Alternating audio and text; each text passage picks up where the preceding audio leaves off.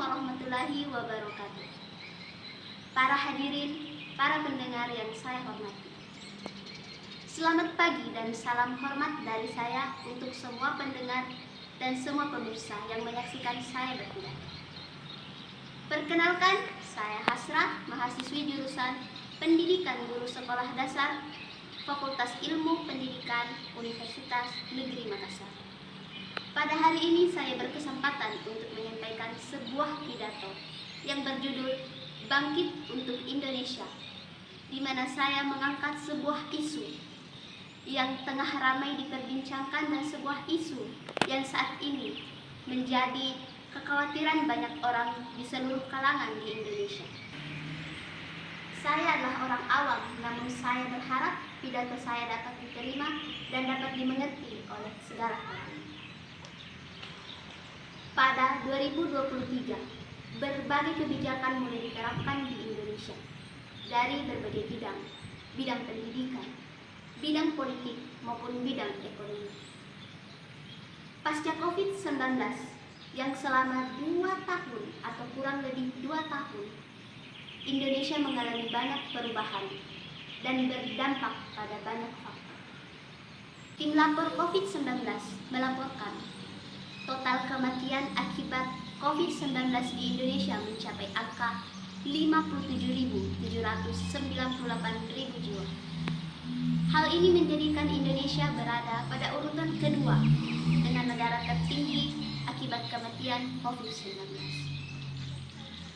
Bukan hanya itu, dari sektor pendidikan, kita harus beralih dari pembelajaran tatap muka menuju pembelajaran daring. Bukan hal mudah untuk bangkit.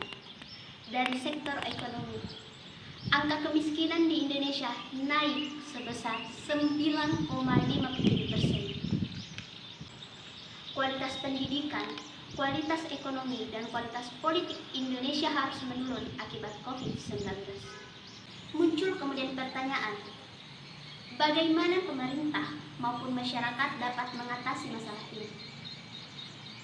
Lepas dari COVID-19 menyisakan banyak sekali problema dari kalangan masyarakat maupun pemerintah dari berbagai bidang.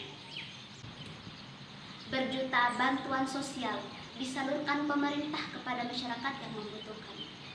Namun pertanyaannya, sampai kapan?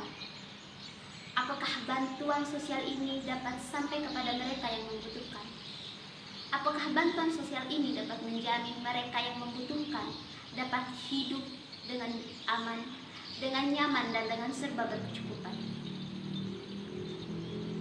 Mirisnya, saat kita sama-sama berjuang untuk kebangkitan ekonomi kita, untuk kebangkitan politik kita, dan untuk kebangkitan pendidikan kita, saat pemerintah menguras habis-habisan pemikiran mereka agar Indonesia bisa bangkit dan bisa kembali jaya, kita disambut dengan para pejabat yang justru berulah. Pertengahan tahun 2022 menjadikan kepercayaan masyarakat kepada pemerintah menurun drastis. Instansi kepolisian kembali berulah dengan adanya kasus Verdi Sambo. Bukan hanya sampai di situ. Saat masyarakat harus berjuang untuk memenuhi kebutuhan hidup mereka, korupsi di Indonesia justru meningkat. Angka korupsi semakin naik, namun masyarakat semakin miskin. Tak sampai di situ. Perpecahan terjadi di mana-mana akibat perbedaan pandangan, akibat perbedaan tempat tinggal, akibat perbedaan pendidikan. Ini berarti apa? Kita sama-sama terguncang akibat COVID-19, namun kita fokus kepada kehidupan kita masing-masing. Dan yang terakhir, pengesahan Undang-Undang Cipta Kerja yang mengundang banyak sekali kemarahan dari berbagai pihak. Siapa yang bisa kita salahkan untuk semua masalah ini? Jadi, bangkit seperti apa yang sedang kita perjuangkan? Kemakmuran yang mana yang sedang pemerintah perjuangkan? Indonesia yang mana yang sedang kita bela mati-matian? Artinya apa? Kita sama-sama terguncang. Kita sama-sama tidak memiliki arah, tapi kita tidak sadar. Indonesia bisa hanya sekedar nama saja, bisa hanya sekedar lokasi saja, jika kita tidak bersama-sama, jika kita tidak kembali kepada persatuan dan kesatuan, kepada Bhinneka Tunggal Ika, kepada Undang-Undang Dasar 1945, dan kepada ideologi terbesar kita, Pancasila. Ini adalah kekhawatiran kita semua, kekhawatiran semua golongan, bukan hanya kekhawatiran orang besar, bukan hanya kekhawatiran para pejabat, dan bukan hanya kekhawatiran mahasiswa saja. Indonesia benar-benar sedang terguncang, dan kita butuh bangkit bersama-sama. Saya menghimbau kepada siapapun itu, mari kita bergerak, mari kita saling merangkul, mari kita lupakan perbedaan kita. Mari kita sama-sama berjuang untuk mewujudkan sila kelima Pancasila yang saya yakini adalah harapan kita semua. Sudah cukup kita dikuras habis-habisan oleh koruptor. Sudah cukup kita dikepung oleh negara-negara yang semakin merdeka, sementara Indonesia semakin menurun.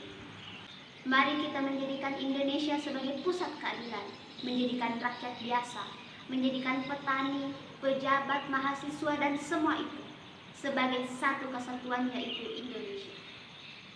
Mari kita memulai, mari kita bangkit.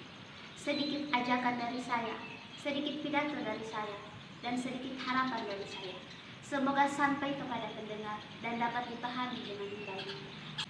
Saya akhiri dengan ucapan terima kasih. Assalamualaikum warahmatullahi wabarakatuh.